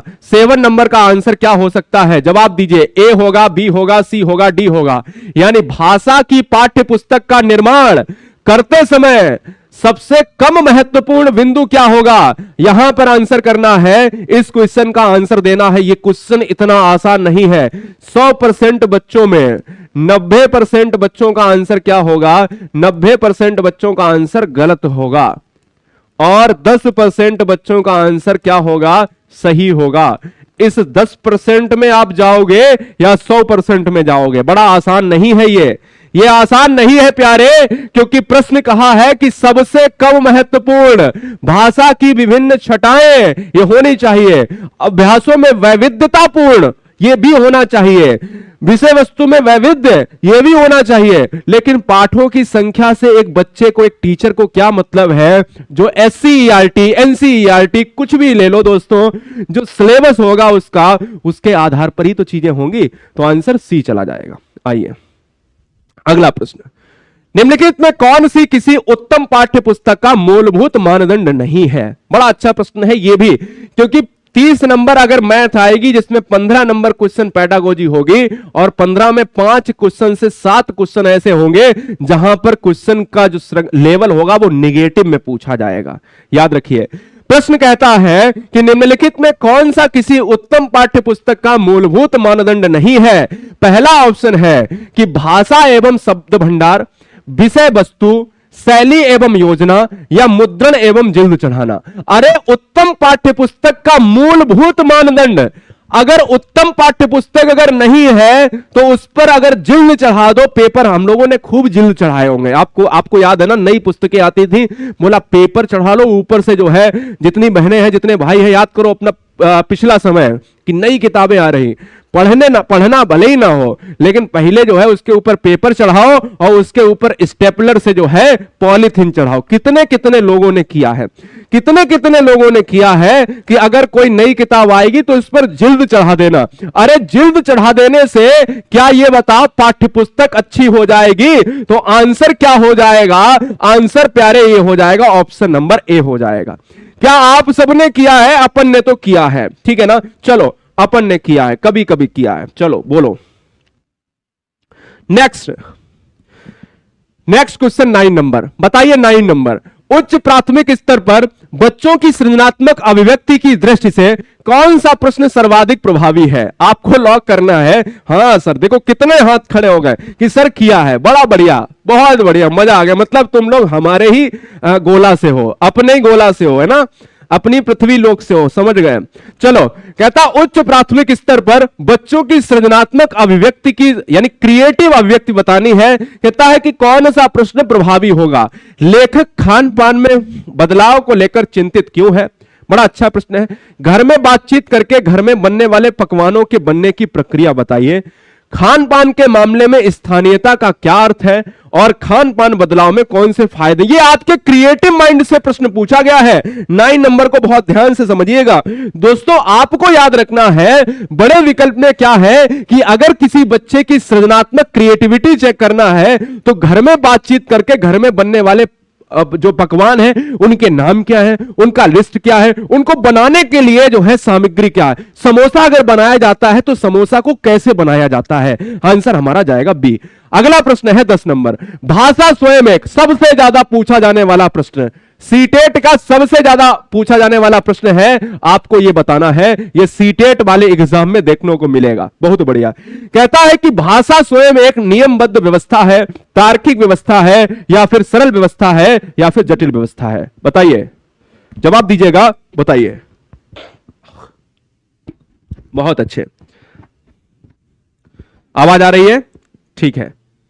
चलो, भाषा हमेशा एक दोस्तों नियमबद्ध व्यवस्था के अंतर्गत जाता है, तो ऑप्शन हमारा किसके साथ? ए के साथ चला जाएगा। और तेजी से करेंगे। 11 नंबर, नाटक और एकांकी पढ़ने पढ़ाने के दौरान सर्वाधिक महत्वपूर्ण क्या है? ऑप्शन ए कहता है मौन पाठन, ऑप्शन बी कहता है संवाद अदायगी, ऑप्शन सी कहता है प्यारे उच्चारणगत शुद्धता, ऑप्शन डी कहता है नाटक के शास्त्रीय तत्व। याद रखो कि अगर आपसे नाटक और एकांकी पढ़ाने के दौरान सबसे महत्वपूर्ण चीज पूछी जाती है तो हमेशा याद रखो कि ऑप्शन नंबर जो बी है संवाद अदायगी, और संवाद अदायगी होती है एक या दो से अधिक लोग, यानी ए बी सी डी 4 लोग हैं या 2 लोग हैं तो संवाद अदायगी जरूर होगी। इसलिए आंसर जाएगा ऑप्शन नंबर बी के साथ।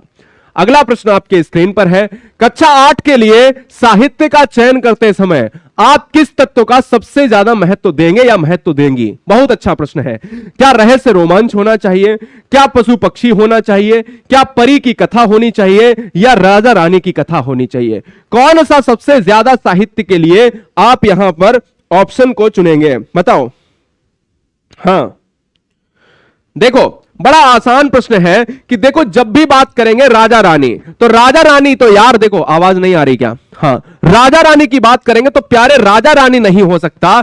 रीजन क्या है कि बच्चा जब छोटा होता है, और बच्चा जब होता है यानी शैशवावस्था में, जन्म से 5 साल, और जन्म से 5 साल में ये बच्चा राजा रानी, दादी दादी हमको एक कहानी सुनाओ, है ना, बाबा कहानी सुनाओ, नहीं हम कुछ नहीं करेंगे, है ना। तो मतलब ये यहां पर जो है इस क्वेश्चन का विकल्प आंसर नहीं होगा। लेकिन जब कक्षा 8 में एक प्रश्न आता है साहित्य, क्योंकि बच्चा राजा रानी के अंतर्गत जब एज में होता है वो साहित्य का ज्ञान नहीं रखता, इसलिए आपको याद रखना है कि विकल्प हमारा जो है रहस्य और रोमांच की तरफ बढ़ जाता है, क्योंकि कक्षा 8 में बच्चा बाल्यावस्था के प्रति जो है समर्पित होता है। आंसर हमारा जाएगा ए के साथ।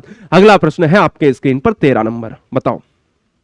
13 नंबर आपके स्क्रीन पर है, भाषा सीखने सिखाने की प्रक्रिया को रोचक और स्व उद्देश्यपूर्ण बनाने के लिए सर्वाधिक प्रभावी विधि कौन सी है?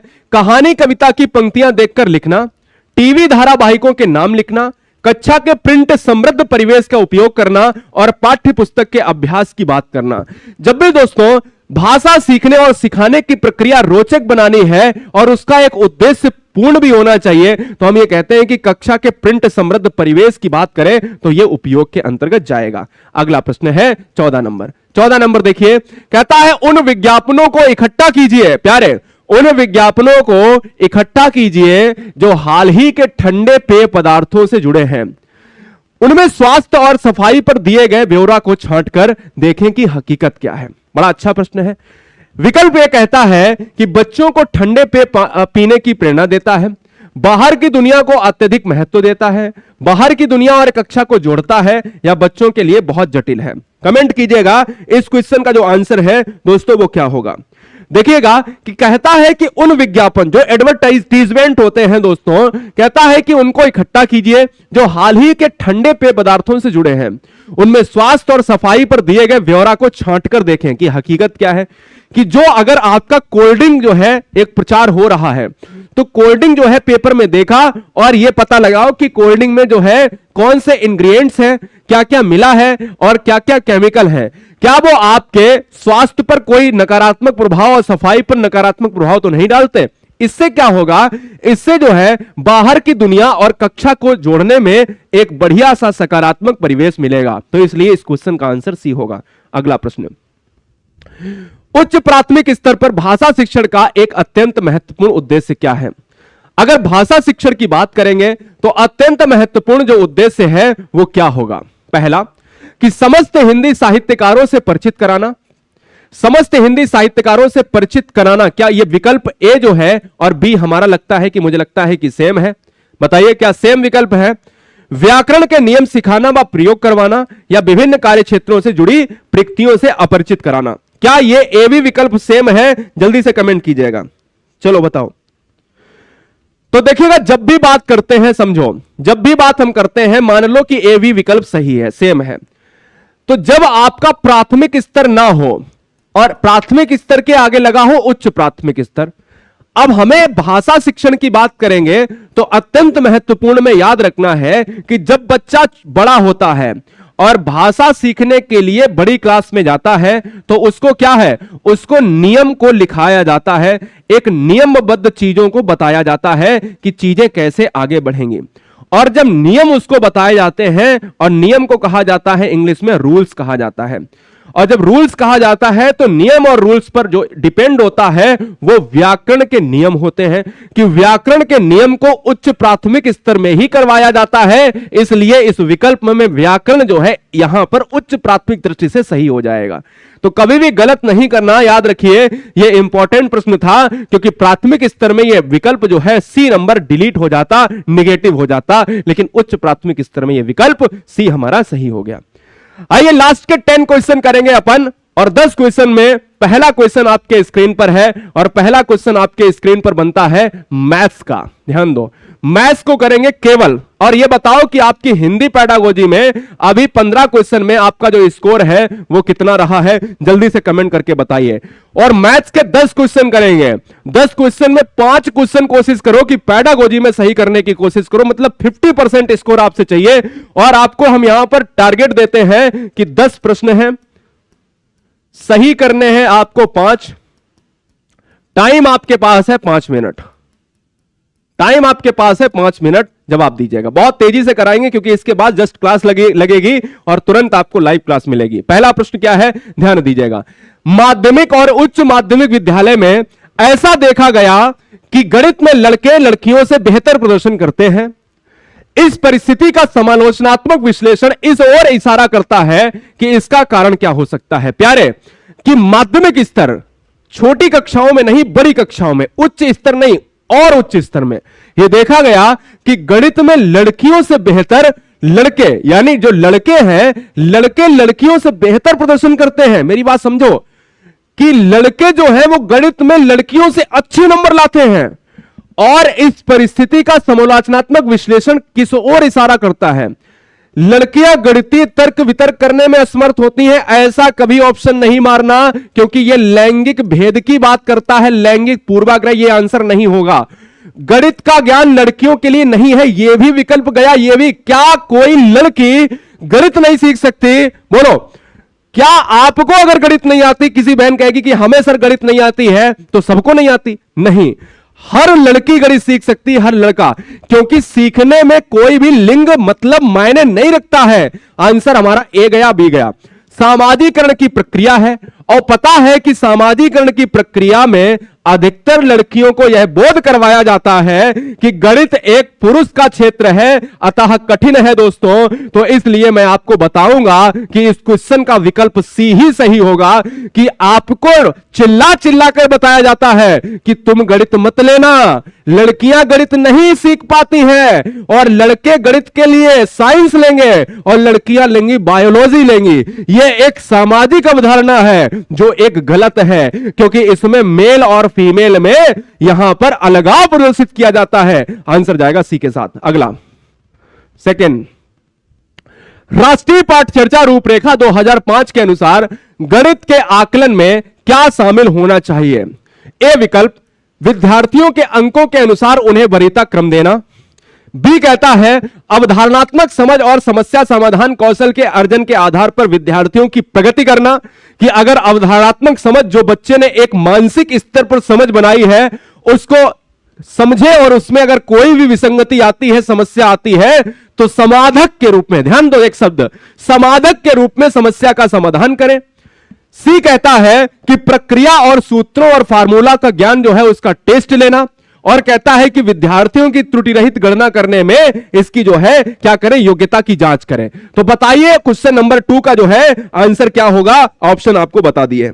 तो आपको पता होना चाहिए दोस्तों कि जब भी आपसे पॉजिटिव आंसर पूछता है कि गणित के आकलन में क्या शामिल होना चाहिए, तो आपको याद रखना ऑप्शन नंबर बी, क्योंकि याद रखिएगा कि बच्चे को अगर अंकों के आधार पर अगर वरीयता देते तो हो सकता है कि ए नाम का लड़का बी नाम से ज्यादा अगर लाया है तो ए के अंदर क्या होगा या बी के अंदर क्या होगा, एक हीन भावना आ जाएगी।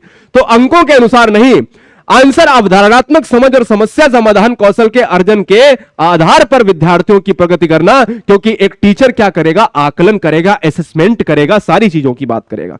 रटना ये सब क्या है, निगेटिव है, त्रुटि रहित। चलो तीसरा नंबर, तीसरा नंबर देखिए आंसर क्या होगा। तीसरा नंबर का आंसर क्या होगा कि संख्याई कौशल के विकास का अर्थ नहीं होगा, यानी अर्थ नहीं होता है संख्याई कौशल। आपको पता है कि गणित जो है एक तार्किक विषय है और गणित डिजिट पर आधारित होता है। क्या संख्याई कौशल के विकास का अर्थ नहीं होगा? संख्याओं और संख्याओं के बारे में यानी ज्ञान होना चाहिए, संख्याओं के साथ आकृतियों के बारे में समझ होना चाहिए, संख्याओं को रटकर याद करना या वास्तविक जीवन में आंकड़ों के प्रबंधन के लिए आवश्यक कौशल होना चाहिए। तो प्यारे याद रखो कि इस क्वेश्चन का आंसर ऑप्शन सी, क्योंकि कहीं ना कहीं हम व्याकरण एनसीएफ 2005 एंड 2020 एनईपी 2020 भी कहता है, एनसीएफ 2005 भी कहता है कि बच्चों को कहीं ना कहीं बोझ रहित और रटकर चीजों को नहीं करवाना चाहिए, इसलिए आंसर सी जाएगा। बहुत तेजी से करेंगे। क्वेश्चन नंबर 4 बहुत विकल्प बेस्ड है और आपसे कहता है very very most important VIMP question है, आपको जवाब देना है, हर शेरनी को ध्यान देना है। क्वेश्चन नंबर 4, अंकगणित की 4 मूलभूत संक्रियाएं कौन सी हैं? देखो, अंकगणित है, रेखागणित है, बीजगणित है। यह विकल्प सीटेट का एक ऐसा प्रश्न है जो ध्यान देने योग्य है, क्योंकि यह प्रश्न शायद एक ही बार अभी तक पूछा गया है। यह एग्जाम में ट्रेंड करने वाला वो प्रश्न हो सकता है जो आने वाली परीक्षा में आपके साथ देखने को मिलेगा। प्रिय स्टूडेंट, याद रखो कि अंकगणित की 4 अवधारणाएं, अंकगणित में 4 अवधारणाएं हैं। एक क्या है? एक आपको याद रखना है प्लस है, एक आपको याद रखना है प्लस है, एक आपको याद रखना है माइनस है, एक आपको याद रखना है भाग है, और एक आपको याद रखना है गुणा है। तो प्लस माइनस गुणा भाग, प्लस माइनस गुणा भाग, हम ये कह सकते हैं कि प्लस माइनस गुणा भाग में ये परिणाम और क्षेत्रफल क्या कर रहा है, ये परिकलन क्या कर रहा है, संगणना क्या कर रही है, योग गुणा भिन्न, भिन्न क्या कर रहा है, दशमलव क्या कर रहा है, तो आंसर तो डी ही हो जाएगा, क्योंकि योग को कहते हैं प्लस, व्यकलन को यहां पर सब्सट्रैक्शन माइनस कहते हैं, और गुणा को मल्टीपल कहते हैं, और भाग को डिवीजन कहते हैं। इसलिए आंसर जाएगा डी के साथ जाएगा प्यारे। यहां पर ऑप्शन नंबर डी को हम सही करेंगे। अगला, एनईपी 2005, अकॉर्डिंग टू एनईपी 2005 विद्यालय में गणित शिक्षण का संकीर्ण उद्देश्य क्या है? जब दोस्तों याद रखो एक वर्ड आता है संकीर्ण, संकीर्ण का मतलब होता है कि अगर संकीर्ण मानसिकता की बात करें तो बहुत छोटी मानसिकता। इसमें ऐसा कौन सा विकल्प है जो सबसे ऐसा विकल्प हो सकता है जो संकीर्ण उद्देश्य को प्रदर्शित करता है? विकल्प ए, विकल्प बी, और विकल्प सी, और विकल्प डी। आंसर क्या हो सकता है बताइए? चलो, 2005 के अनुसार विद्यालय में गणित शिक्षण का संकीर्ण उद्देश्य क्या होगा? रैखिक बीजगणित से संबंधित दैनिक जीवन की समस्याओं की शिक्षा देना, संख्यात्मक कौशल का विकास करना, बीजगणित पढ़ाना, और परिकलन व मापन को पढ़ाना। अब ध्यान ये दीजिएगा, जब यह विकल्प को मारा जाता है और जब क्वेश्चंस में ध्यान दो, जब संकीर्ण यहां पर पॉइंट नहीं आता है, जब गणित शिक्षण का डॉट डॉट उद्देश्य मार दिया जाए, तो वहां पर क्या होता है? Option number B. मेरी बात को ध्यान से समझिए, क्या टीचर पढ़ाते हैं क्या नहीं पढ़ाते, मुझे उससे कतई लेना देना नहीं। एनईपी 2005 के अनुसार गणित शिक्षण का उद्देश्य क्या होना चाहिए? तब आप बी विकल्प मारेंगे, संख्यात्मक कौशल का विकास करना। पॉइंट नंबर 1, जब आपसे यह पूछा जाए गणित शिक्षण का संकीर्ण उद्देश्य क्या है, तो आपको मारना है बीजगणित पढ़ाना। केवल आप गणित में बीजगणित नहीं पढ़ा सकते, गणित तो एक ब्रॉड क्षेत्र है। गणित में अंकगणित, व्यकलन, गुणा, डिवीजन, मल्टीपल, ये सारी चीजें हैं। तो आंसर हमें दोनों तरीके से हमने बताने की कोशिश करी है। अगले प्रश्न पर आएंगे, अगले प्रश्न पर आएंगे 6 नंबर।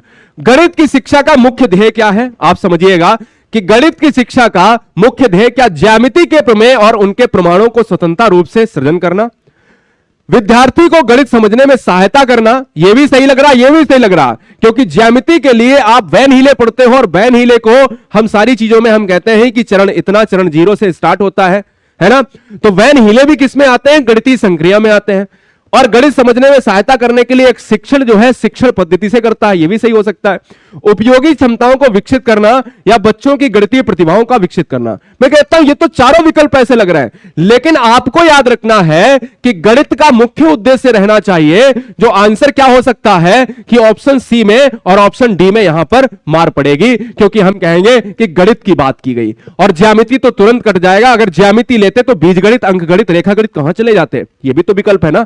अब बात आती है कि बी और सी और डी में आंसर क्या हो सकता है? हां जी, ऑप्शन नंबर जो है बी और सी डी की बात करें तो आंसर डी विकल्प सही होगा। क्यों? क्योंकि बच्चों की गणितीय प्रतिभाओं का विकास करना ही इसका एक मुख्य ध्येय है। बाद बाकी अपने आप सारी चीजें, देखो गणित समझने में और गणितीय प्रतिभाओं में बड़ा फर्क होता है, जमीन आसमान का फर्क होता है। गणित समझ कौन सकता है? जो क्लासरूम के बाहर भी है। गणित की प्रतिभाओं का विकास कौन करेगा? जो बच्चे, विद्यार्थी जो है वो गणितीय कक्षा में बैठे हुए हैं। अगला प्रश्न, निम्नलिखित में कौन सा खुला अंत वाला प्रश्न है? खुला अंत वाला प्रश्न है, आपको यहां पर जवाब देना है। ए विकल्प कहता है आप 15 को 3 से गुणा किस प्रकार करेंगे? कोई दो संख्याएं लिखिए जिनका गुणन 45 हो, संख्या रेखा का प्रयोग करते हुए 3 बार 15 का मान ज्ञात कीजिए और 15 गुणे 3 का मान ज्ञात कीजिएगा, तो आंसर क्या होगा? अब देखिएगा खुला अंत वाला प्रश्न क्या होता है। खुला अंत वाला प्रश्न ऐसे समझो देसी भाषा में कि लाइक हम अपसारी चिंतन कर रहे हैं। लाइक हम क्या कर रहे हैं? हम अपसारी चिंतन कर रहे हैं। और अपसारी चिंतन की जब बात होती है तो हम ये कहते हैं कि जब अपसारी चिंतन होगा, क्या प्यारे, अपसारी चिंतन जब होगा तो हम यही कहेंगे कि बच्चा एक समस्या को कितने अलग अलग तरीकों से कर सकता है, कितने अलग अलग तरीकों से कर सकता है। 15 गुणे 3 का मान अगर हम करेंगे तो हम कह देंगे 15 3 45 हो जाएगा, डायरेक्ट एग्जैक्ट आंसर आएगा। एक क्लासरूम में अगर ये पूछेंगे तो सबका, सोनू का भी आंसर आएगा, मोनू, चिंटू और सबका आंसर आएगा कि 45 सर। नहीं होगा विकल्प ऑप्शन डी। आंसर सी की बात करें तो संख्या रेखा का प्रयोग करते हुए 3 बार 15 का मान ज्ञात करना, तो 3 बार 15 का मान ज्ञात करने में क्या एक लाइन, एक स्टेप, 2 स्टेप, 3 स्टेप हो जाएगा? नहीं, क्योंकि खुला अंत वाला अपसारी चिंतन है और अपसारी चिंतन का मतलब है एक सवाल को कई अन्य तरीकों से करना। ए विकल्प होगा या बी विकल्प होगा? कोई दो संख्याएं, यहां पर डिटेल केवल लिमिटेशन कर दी गई है कि नहीं बेटा केवल 2 संख्याएं ही आप ले सकते हो। लेकिन इससे अच्छा विकल्प ऑप्शन जाएगा किसके साथ प्यारे? जाएगा ऑप्शन नंबर किसके साथ? ए के साथ। आप 15 को 3 गुणा, यानी 15 से जो है 3 का गुणा अगर करना है, 15 को 3 से गुणा करके किस प्रकार करेंगे? 15 को 3 से गुणा किस प्रकार करेंगे? तो यह आता है खुला अंत वाला प्रश्न। तो उसमें बहुत से अलग अलग मेथड हो सकते हैं कि एक बच्चा यह कहता है कि ये सर हमारा ये मेथड रहा, दूसरा बच्चा कहता है ये हमारा रहा। तो जब एक ही क्लासरूम में एक समस्या के अनेक समाधान मिलते हैं तो आप सारी चिंतन या खुला अंत वाला प्रश्न कहलाएगा। अगले प्रश्न की बात करेंगे, 8 नंबर। जवाब दीजिए, क्या लगता है? बहुत बढ़िया, मैथ पेडागोजी बहुत आसान है। मैथ पेडागोजी बहुत आसान है। प्राथमिक विद्यालय के बच्चों को गणित पढ़ाते समय पाठ योजना बनाने का सबसे महत्वपूर्ण पहलू निम्नलिखित में कौन सा है? पाठ योजना की बात कर रहे हैं। पाठ्य पुस्तक के अनुक्रम के बाद पहला, संरचित तरीके से गणितीय अवधारणाओं को प्रस्तुत करना। क्या करना है? प्रस्तुत करना। छात्रों को अवधारणाओं के निर्माण की अनुमति देने के अवसर प्रदान करना, या लेखन गतिविधियों की ओर संदर्भित जो है दिए गए प्रश्नों की बात करें। अब देखो, अगर कहता है कि प्रश्न क्या सर पॉजिटिव है, मैं कहता हूं प्रश्न पॉजिटिव है। क्या दिक्कत है कि योजना बनाने का सबसे महत्वपूर्ण पहलू निम्नलिखित में कौन सा हो सकता है? कि जब बच्चा योजना का निर्माण कर रहा है और अवधारणाओं का निर्माण अपने मस्तिष्क में कर रहा है, ब्रेन में कर रहा है, तो ब्रेन में अगर कर रहा है तो बच्चे को एक स्वतंत्र एनवायरमेंट चाहिए, और जब स्वतंत्र एनवायरमेंट चाहिए तो उसको अवसर तो दिया जा रहा है। जब अवसर दिया जा रहा है तो बच्चा लर्निंग बाय डूइंग प्रोसेस करेगा, करके सीखेगा। तो आंसर सी होगा प्यारे। अगला प्रश्न, सेकंड लास्ट क्वेश्चन है, 10 नंबर। केवल 10 क्वेश्चन है पेडागोजी के मैथमेटिक्स में।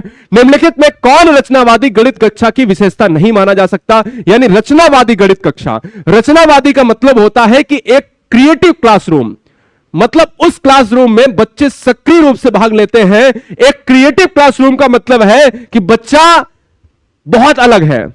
यानी 10 बच्चे अगर हैं तो सोनू का भी लेवल अलग है, और चिंटू का भी लेवल अलग है, और मोनू का भी लेवल अलग है ना? महिमा का भी लेवल अलग है, और गरिमा का भी लेवल अलग है। तो रचनावादी गणित जो होती है वो सक्रिय रचनावादी गणित, यानी सक्रिय क्लास, एकदम से एक्टिव क्लास। अब आते हैं विकल्प की बात। कहता है कौन सी विशेषता नहीं, यानी निगेटिव है तो नॉट वाला। अब निगेटिव ऑप्शन छांटना है। गणित सीखने में भाषा और संवाद की भूमिका पर ध्यान दिया जाता है। बी, शिक्षक स्वीकार करता है कि छात्र दिए गए इंटरेक्शन से कई जो है समझ बना सकता है। सी कहता है उद्देश्य प्रकार परीक्षण वस्तुओं का उपयोग मूल्यांकन के प्राथमिक साधन के रूप में किया जाता है। और डी कहता है कि गणित और अन्य पाठ या क्षेत्रों के बीच संपर्क पर प्रकाश डाला गया हो। तो 9 नंबर का जो आंसर होगा वो दोस्तों याद रखिएगा कि जब भी आपसे पूछा जाए कि उद्देश्य प्रकार परीक्षण वस्तुओं का उपयोग मूल्यांकन के प्राथमिक साधन के रूप में किया जाना चाहिए, क्योंकि जब भी क्वेश्चन में कंडीशन डाल दिया है ऑप्शन नंबर सी, क्योंकि कंडीशनल वाक्य कैसे होते हैं? निगेटिव। और जब प्राथमिक की बात करी, अब देखो कहता है उद्देश्य प्रकार परीक्षण वस्तुओं का उपयोग मूल्यांकन के प्राथमिक, अरे प्राथमिक कहता है कि पहली ऐसी शर्त है, तो शर्त वाले ऑप्शन निगेटिव होते हैं। आंसर हमारा ऑप्शन जाएगा डी के सी के साथ। ऑप्शन जाएगा भैया, क्वेश्चन नंबर जाएगा 10 के साथ। आपको लॉक करना है। बताओ, देखो वीडियो को लाइक कर लेना और ताल ठोकर मैं कहता हूं, मैं तो ऐसे ही पढ़ाता रहूं आपको, इतने ही बच्चों के साथ पूरे शाम तक पढ़ाता रहूं, कोई दिक्कत नहीं है। लेकिन अभी क्या ना, इस क्लास को थोड़ा सा ना एंडिंग पॉइंट हम देंगे, और एंडिंग पॉइंट को देने के साथ साथ अपन क्या करेंगे, हाँ हाँ कुछ नहीं होगा। चलो क्वेश्चन नंबर 10,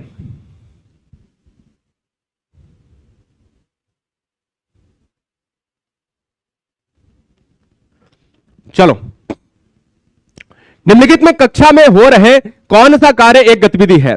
देखिए 10 नंबर की बात करें तो आंसर क्या होगा, आंसर क्या होगा, एबीसीडी में एबीसीडी की बात करेंगे तो ए बी सी और डी।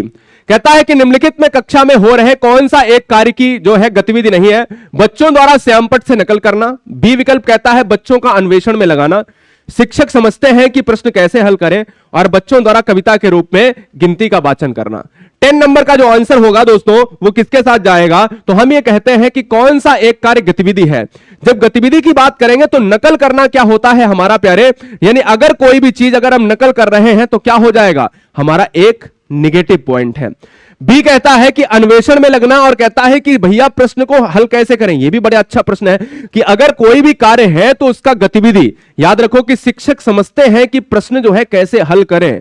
अब ये शिक्षक समझने की बात नहीं है, हमें बाल केंद्रित बच्चों की क्लास को भी तो देखना है, इसलिए विकल्प हमारा ये गलत, या तो बी होगा या डी होगा। लेकिन कहता है कविता के रूप में गिनती का वाचन, और हम कहते हैं कि गतिविधि जो है वो सबसे ऑप्शन नंबर जाएगी बी के साथ, यानी अन्वेषण यानी खोज आधारित। और एक पद्धति है दोस्तों जिसको अन्वेषण विधि कहा जाता है। क्या अन्वेषण विधि कहा जाता है, और अन्वेषण विधि की बात करेंगे तो अन्वेषण जो विधि है इसको कहा जाता है क्या, इसको कहा जाता है खोज विधि। इसका दूसरा नाम क्या है, खोज विधि है। इसका तीसरा नाम क्या है, ह्यूरिस्टिक विधि है। क्या है, ह्यूरिस्टिक विधि है, ह्यूरिस्टिक विधि है। और अगर ह्यूरिस्टिक विधि इसका है तो आपको पता होना चाहिए कि इसके जनक कौन है। क्या है, इसके जनक कौन है, इसके जनक है आर्मस्ट्रांग।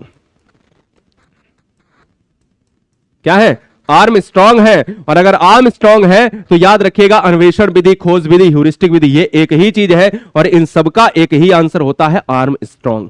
ठीक है ना, राइट ना दोस्तों। तो 10 नंबर का जो आंसर हो जाएगा वो किसके साथ, क्वेश्चन नंबर 10 का आंसर होगा ऑप्शन नंबर बी के साथ होगा।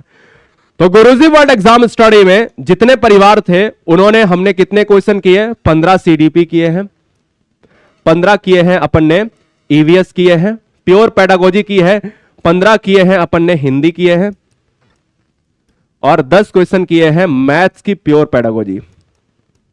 ठीक है ना। तो ये क्वेश्चंस अगर आप देख लेते हो तो ये मॉडल पेपर आपके लिए सबसे बेहतरीन रणनीति तैयार करेगा। सारे परिवारों से निवेदन है कि गुरुजी वर्ल्ड का टेलीग्राम ज्वाइन करें, GURUJI स्पेस WORLD गुरुजी वर्ल्ड। आप सभी को जय हिंद। आपके इस प्यार के लिए मैं नतमस्तक हूं। गुरुजी वर्ल्ड एग्जाम स्टडी हमेशा आपके प्यार का आभारी रहेगा। Love you guys, thanks for watching video. Guruji world exam study, वंदे मातरम, इंकलाब जिंदाबाद। और इस पूरे चैप्टर को मैं कहता हूं, इस पूरे सेशन को बहुत अच्छे से देखना है, क्योंकि हमने इस पर वार किया है। सीडीपी हो या कोई भी क्वेश्चन हो, कोई भी ऐसा क्वेश्चन हमने नहीं छोड़ा है। देखिए एक से एक बेहतरीन क्वेश्चंस का समावेशन हमने किया था। तो जय हिंद, वंदे मातरम, इंकलाब जिंदाबाद। Love you guys.